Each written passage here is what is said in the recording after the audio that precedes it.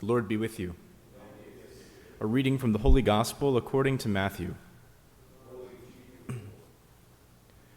Mary Magdalene and the other Mary went away quickly from the tomb, fearful yet overjoyed, and ran to announce the news to his disciples. And behold, Jesus met them on their way and greeted them. They approached, embraced his feet, and did him homage. Then Jesus said to them, "Do not be afraid. Go tell my brothers to go to Galilee, and there they will see me." While they were going, some of the guard went into the city and told the chief priests all that had happened. The chief priests assembled with the elders and took counsel. Then they gave a large sum of money to the soldiers, telling them, "You are to say, 'His disciples came by night and stole him while we were asleep.' And if this gets to the ears of the governor, we will satisfy him and keep you out of trouble." The soldiers took the money and did as they were instructed. And this story has circulated among the Jews to the present day. The Gospel of the Lord.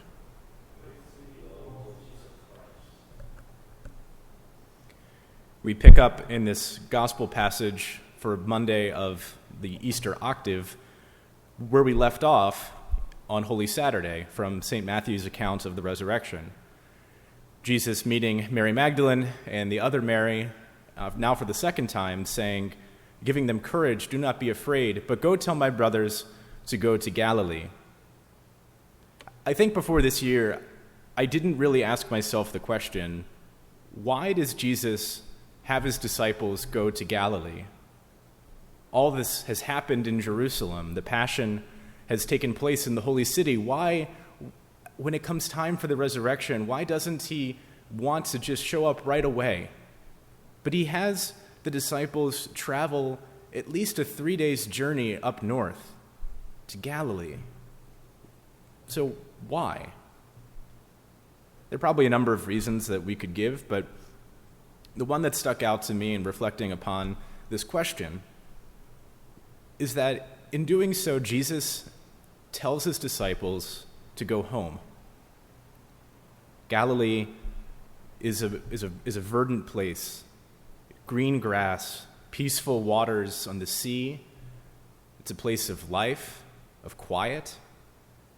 It's not at all like Jerusalem. Jerusalem, as much as it is today, was even back then a place of commotion and civil tension, high energy. That when Jesus rises from the dead, he wants his disciples to go back to the place that they first encountered him, to go back to their homes. In essence, Jesus is saying, go home. I'll meet you at home. When he resurrects, when he comes back from the dead, Jesus has no interest in staying in Jerusalem where the people would want to make him a king. As he said in his trial before Pilate, his kingdom is not of this world. Instead, the resurrected Christ wants to do one thing. He wants to stay with his friends.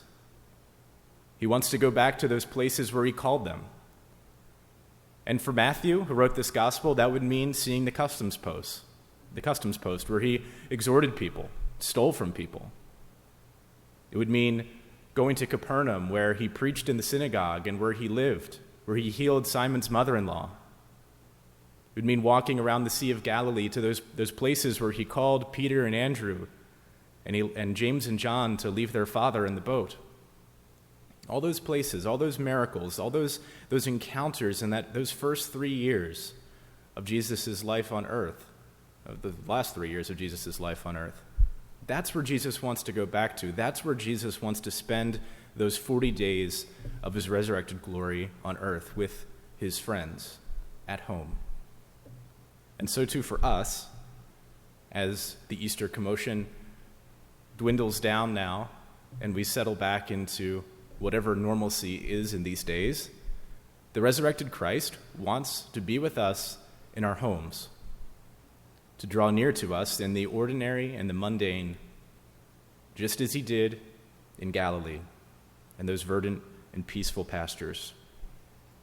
So let's go to Galilee today, wherever that may be for us, and Jesus will encounter us if we have our eyes open to see him.